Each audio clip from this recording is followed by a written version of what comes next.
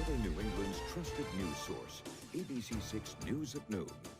Good afternoon, everyone, and thanks for joining us. I'm Doreen Scanlon. New at noon, upgraded charges for the man who police say was driving under the influence and caused a deadly crash that killed a student athlete.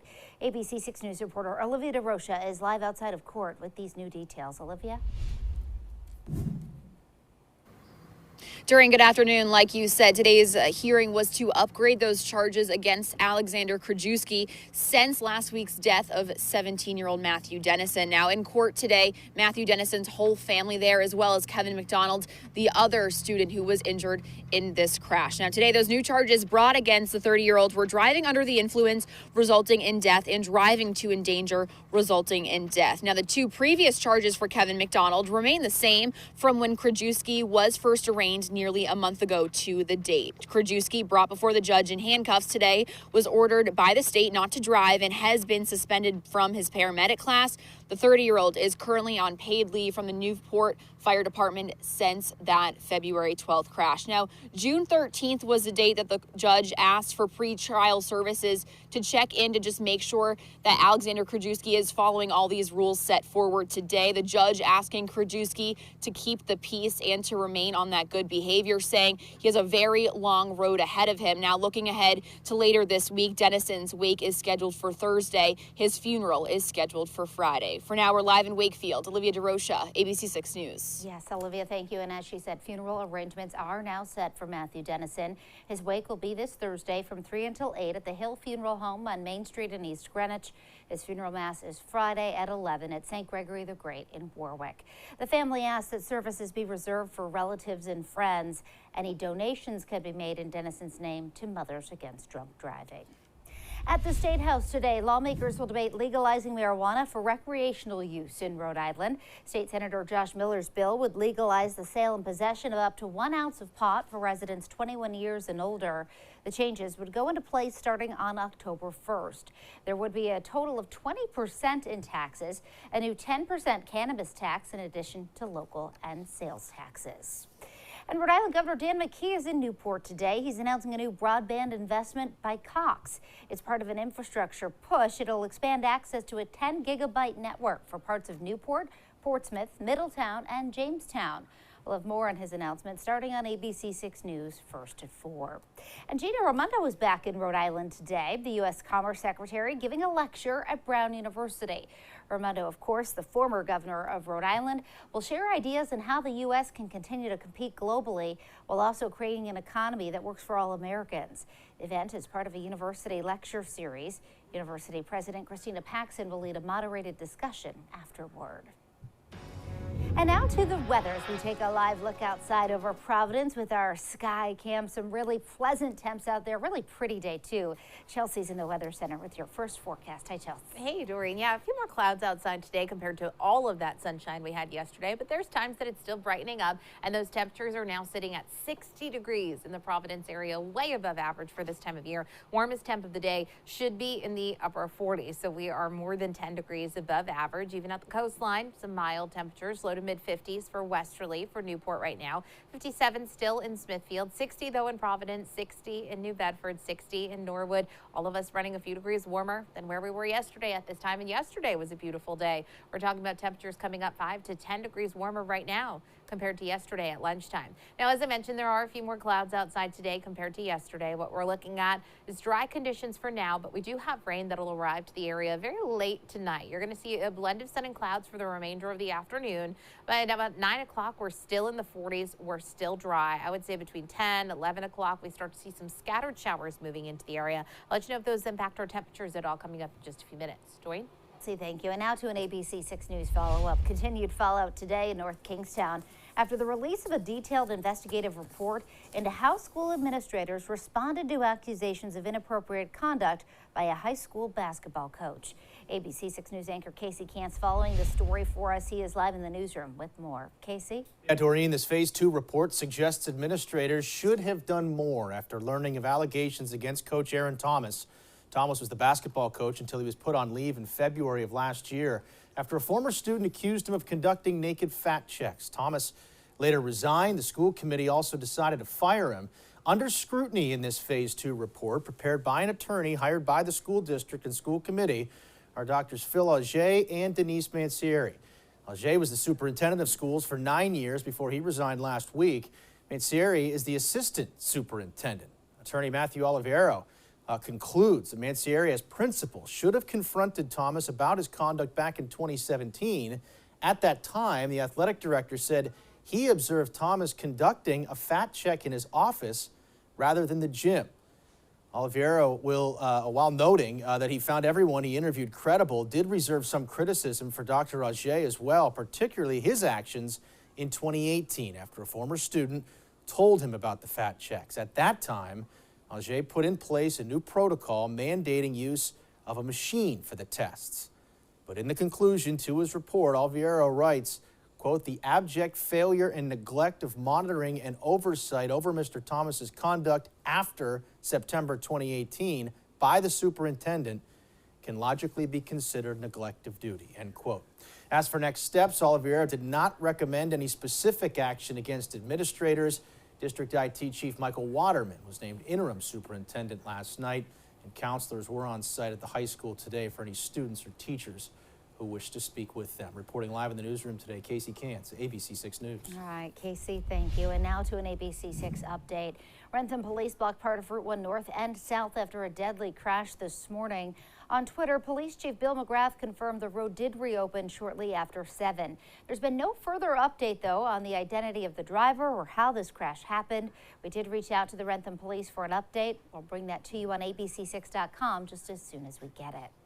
Employees at CVS headquarters in Woonsocket are heading back to the office for the first time in 2 years, one of Rhode Island's largest employers. Most of the corporate staff will work on a hybrid model, 2 or 3 days a week in person, the rest of the week virtually. Could the Red Sox be set to make a big free agent splash? MLB Network's John Heyman reports that the Sox are now in on all-star first baseman Freddie Freeman. Freeman is considered the top remaining free agent available.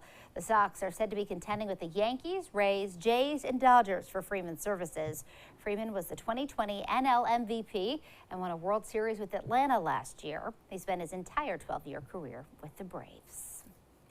Still to come on ABC6 News at noon. Shocking images overnight after more Russian bombing near the Ukrainian capital. Of more on the curfew that's now in effect in that city. And later, an arrest in the attacks on the homeless in Washington, D.C. and New York, who police have in custody.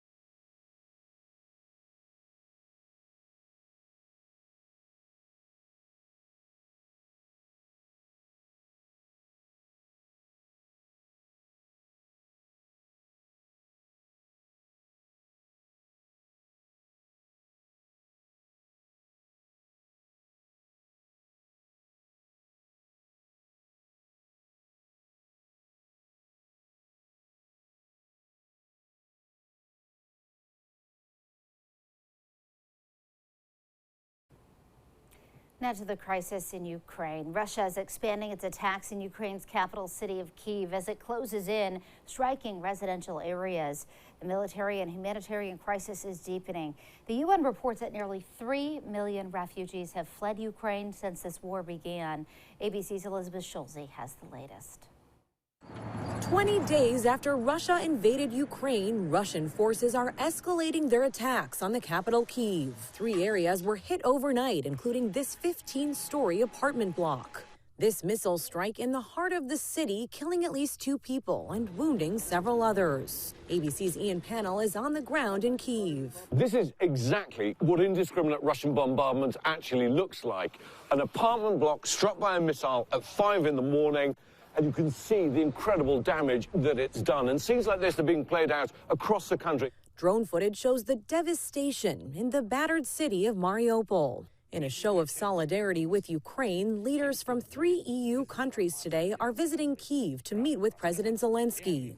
After a Russian strike on a Ukrainian military base just 10 miles from the Polish border, global leaders increasingly fear the war could widen beyond Ukraine's borders. So an attack on one ally will trigger the response from the whole alliance, and we are there to protect and defend every inch of NATO allied territory. The UN says nearly 3 million refugees have now fled Ukraine, half of them children.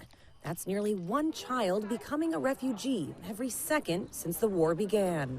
9 evacuation corridors reopening today, and after a pause Monday, peace talks between Ukrainian and Russian officials are again underway. It's to Russia's advantage to continue to try and negotiate, to show that they're a willing participation in the negotiations themselves, but it also buys them time on the battlefield. The mayor of Kyiv announced a 35-hour curfew is now in effect in the city until March 17th. Elizabeth Schulze, ABC News, Washington. And coming up on ABC6 News at noon, the suspect police have in custody after 5 homeless people were shot on the East Coast. Plus, she inspired the Netflix series Inventing Anna, and today Anna Delvey is back in the news. Why she's being deported back home to Germany.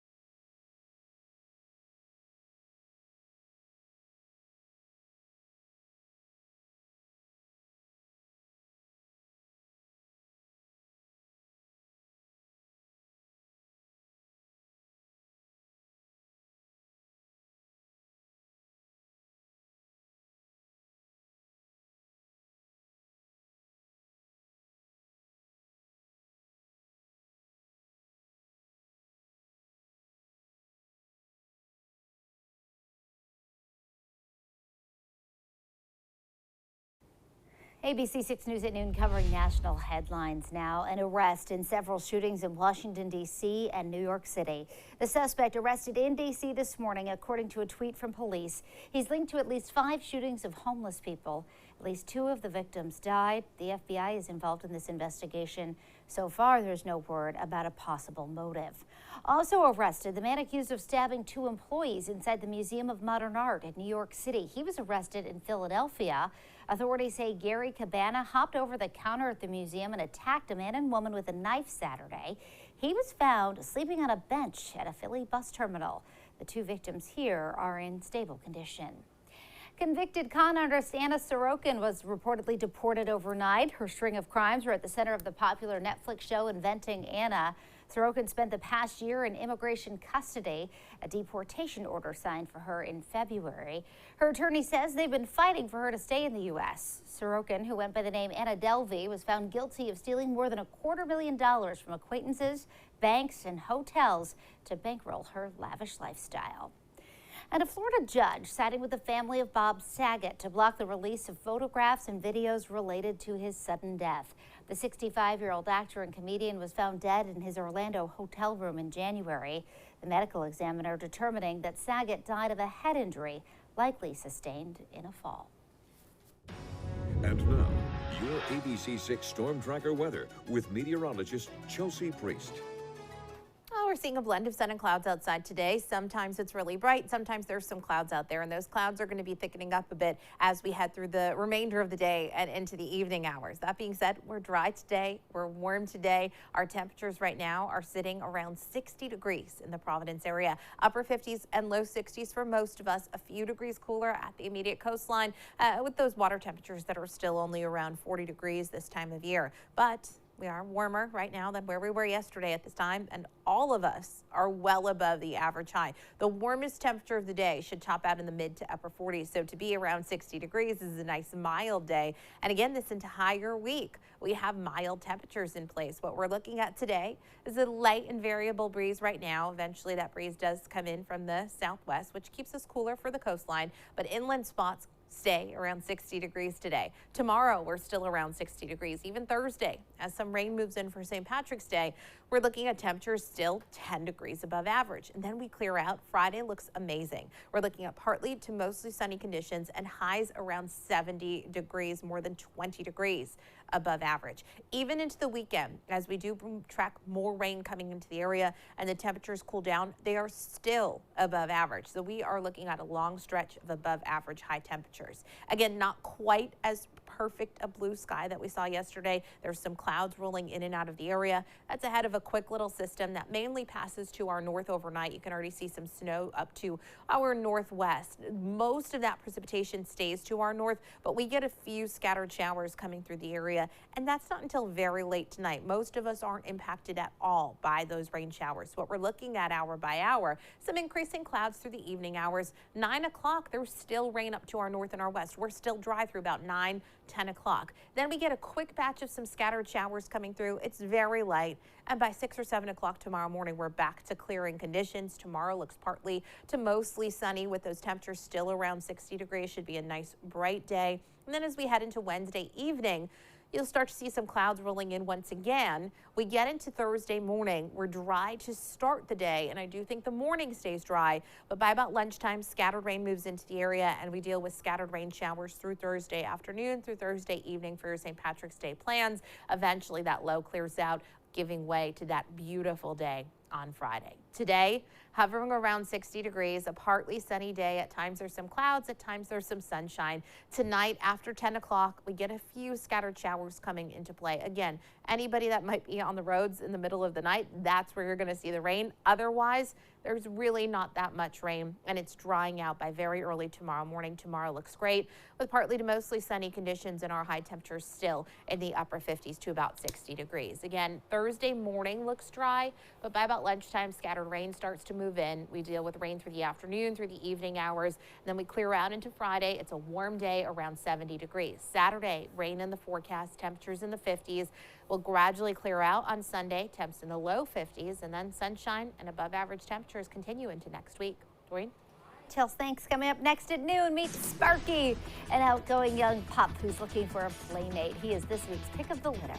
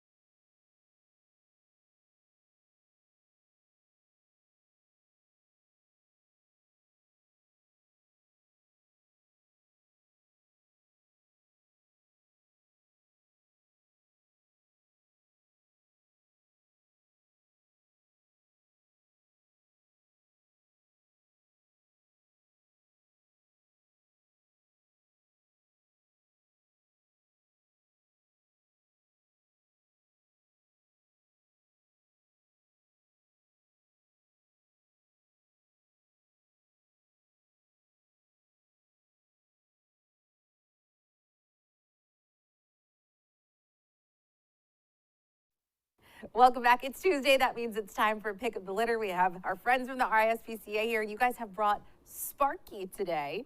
He's a cutie. He is a cutie. He's about 6 months old. So he's a baby. He is. He is an example, though, of what we're seeing more and more. He was a COVID puppy. Someone bought him as a puppy. And he's 6 months old, and he's full of energy. Right. And there's a lot of people out there that during COVID got puppies and didn't realize how active they got when they got to be 6 months. I'm sure. So he came in for that reason and another reason. Okay. Because when the person who bought him, he was told by the backyard breeder he bought from that Sparky was a Chihuahua. He's not quite a Chihuahua. We think Sparky is a Whippet Terrier mix type of spunky little guy. Okay. And he's going to get a little bit bigger, but he's going to be a nice medium-sized dog. Yeah, he's a good size here. He's a gentle 6-month-old. He is a male. He's going to be neutered tomorrow, so he's ready for adoption now, pretty much immediately. Sure.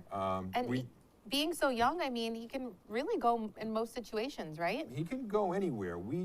Just as a matter of policy, suggest that you don't bring a puppy to a family with a toddler. Sure. But with that exception, because he'll be jumpy and wants to, but they have the energy. we know he's good with other dogs. Okay. We haven't tried him with cats, but in my experience, if you get a puppy young enough, they can acclimate. Don't fall, He is Sparky. going to be a good one. Yeah. So we're looking to find him a home. All right, so Sparky is ready to go and to be adopted. So we need to find him a good home, and he's a young guy, so he has got a lot of energy and a lot of life to live. So let's find Sparky a good home. You can contact the RISPCA at 401-438-8150. All right, thanks, guys. Still ahead. Imagine sleeping in a stranger's house by mistake. It happened to one traveler. Plus, Chelsea has another look at your afternoon forecast right after this.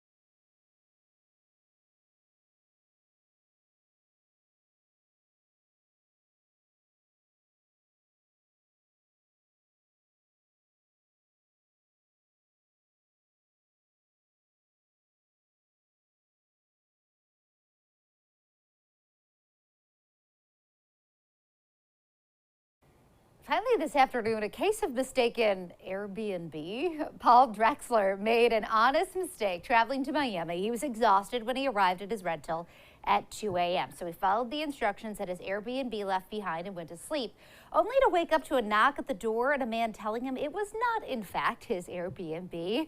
The homeowner showed him out, and Paul later found out that his actual Airbnb was right next door.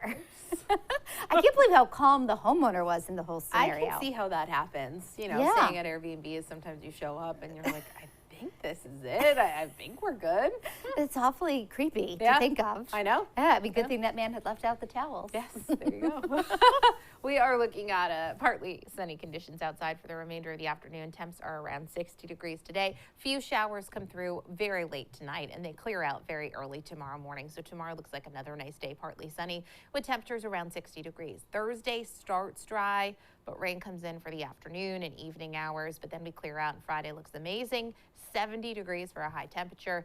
Then we have rain in the forecast for Saturday with temperatures down to the 50s, but even 50s, that little cool down into the weekend above average, and that continues for the entire 7-day.